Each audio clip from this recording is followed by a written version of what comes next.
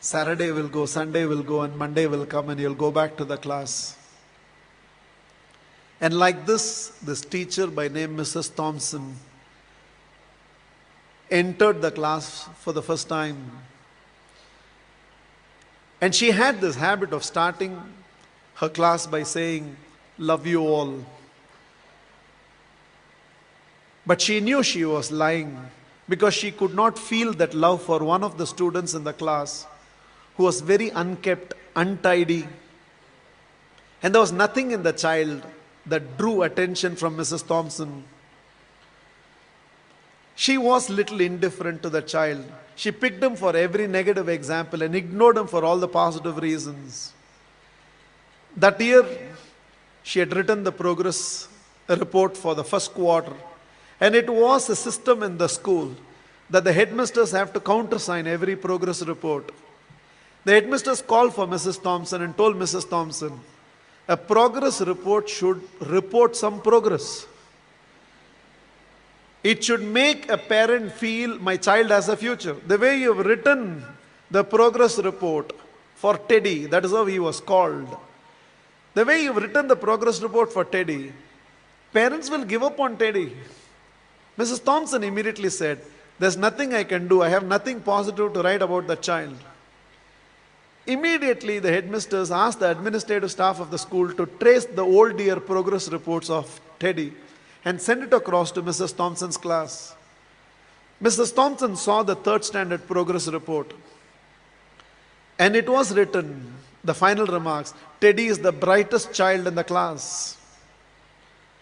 She was stunned by what she read. She saw the fourth standard progress report, and progressively all the remarks suggested that Teddy's mother was suffering from terminal cancer.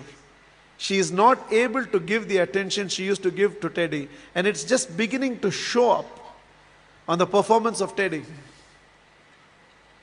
The fifth standard progress report read, Teddy had lost his mother and along with that himself.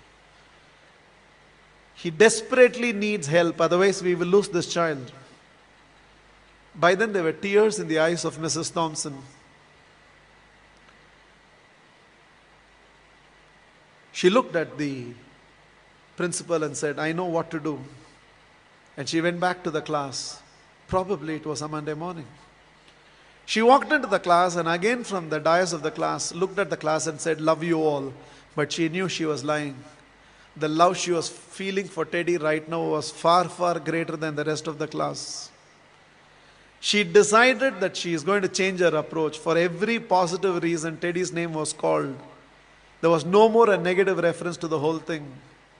The last day of the school came. All the children had brought some gifts for the teacher.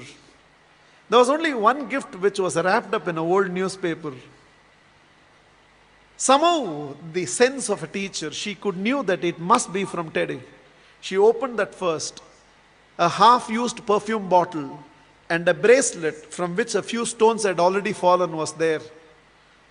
The whole class laughed, knowing it was from Teddy. But without saying anything, Mrs. Thompson just took that half-used perfume bottle, sprayed it on her, wore that bracelet. With a quarter smile, it seems Teddy told, now you're smelling like my mother. This is the last perfume that she used before she left me. And this is what was removed from her body before she was taken into the coffin. 1 year later, end of the school, end of the year, there was a letter on Mrs. Thompson's table. I have seen few more teachers, but you're still the best teacher I've ever seen. With love, Teddy. Every year till the end of the year, Mrs. Thompson used to get this letter from Teddy. I've seen few more teachers, but you're the best teacher I've ever seen, Teddy. Years rolled by, they lost contact. Somewhere an agent traced Mrs. Thompson, who had retired by now, and handed over a letter. And the letter was signed, Dr. Theodore. PhD. Teddy had gone on to become a PhD.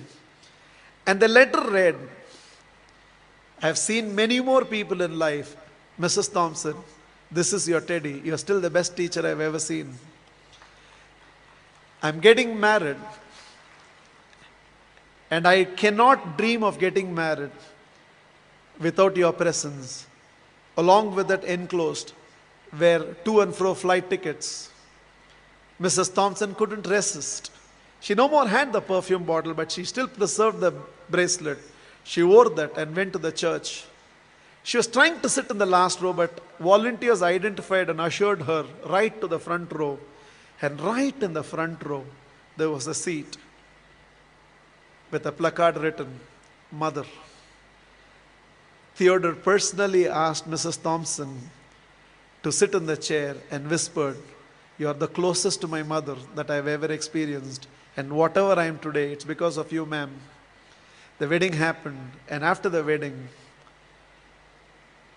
Theodore introduced Mrs. Thompson to his newly wedded wife. Without her, I wouldn't be where I am today. There were tears in Theodore's eyes.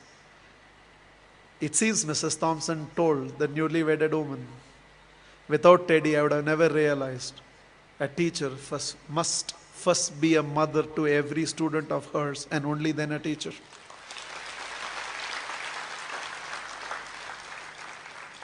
This is just my request to all of you. There is a Teddy sitting in your class. When you go back to your classroom on Monday morning, there is a Teddy in that class, and you can be that Mrs. Thompson. Please, on Monday, don't go back to the institutes as a teacher. Go back as a parent who can also be a teacher and be a turning point in the life of those children. You plus me. I believe we can build a new world.